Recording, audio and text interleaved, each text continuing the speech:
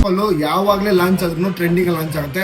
ಅದರಲ್ಲೂ especially 17 Pro ಮತ್ತು 17 Pro Max series ಅದರಲ್ಲಿ ಮತ್ತೊಂದು ಹಾಡಾಗ್ತಿದೆ ಏರ್ ಅಂತ ಹೇಳಿ.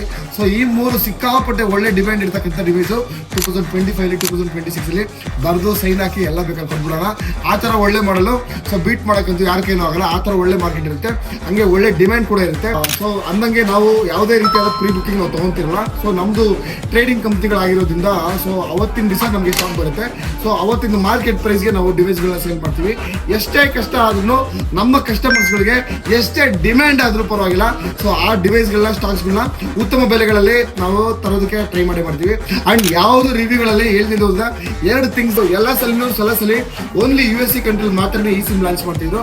ಬಟ್ ಈ ಸಲ ಫಸ್ಟ್ ಟೈಮು ದುಬೈ ಕಂಟ್ರಿಲಿ UAE ಕಂಟ್ರಿಗಳಲ್ಲಿ ಕಡೆ ಎಲ್ಲ ಸ್ವಲ್ಪ ಕಂಟ್ರಿಗಳಲ್ಲಿ ಸೊ ಎಲ್ಲ ಈ ಸಿಮ್ ಲಾಂಚ್ ಆಗಿದೆ. ಆ್ಯಂಡ್ ಓನ್ಲಿ ಇಂಡಿಯಾ, ಸಿಂಗಾಪುರ್ ಅಂತ ಒಂದು 2-3 ಕಂಟ್ರಿಗಳಲ್ಲಿ ಮಾತ್ರ ಫಿಸಿಕಲ್ ಸಿಮ್. ಮುಂದಿನ ವರ್ಷಗಳಲ್ಲಿ ಅದ್ರ ನೆಕ್ಸ್ಟ್ ವರ್ಷಗಳಲ್ಲಿ ಎಲ್ಲ ಕಂಟ್ರಿಗಳಲ್ಲೂ ಈ ಸಿಮ್ ಆಗುತ್ತೆ ಸಾಧ್ಯತೆ ಆ ಥರ ಬರುತ್ತೆ. ಆ್ಯಂಡ್ ಇನ್ನೊಂದು ಏನಂತ ಹೇಳಿದ್ರೆ 17 ಇಯರ್ ಅಲ್ಲ, ಅದು ಓನ್ಲಿ ಇಯರ್. ಸೊ 16+ ರೀಪ್ಲೇಸ್ ಮಾಡೋದಕ್ಕೆ ಬಂದಿಲ್ಲ. 16+ ಸೀರೀಸು ಯಾವಾಗಲೂ ಆಪಲ್ ಬಿಡಲ್ಲ. ಒಂದ್ಸಲ 13 mini ಬಿಡುತ್ತೆ, ಒಂದ್ಸಲ ಪ್ಲಸ್ ಸೀರೀಸ್ ಬರುತ್ತೆ. ಸೊ ಅದೇ ಥರನೇ ಇದು ಒಂದು concept air. So slimmest mobile launch ಮಾಡೋದು. Thank you.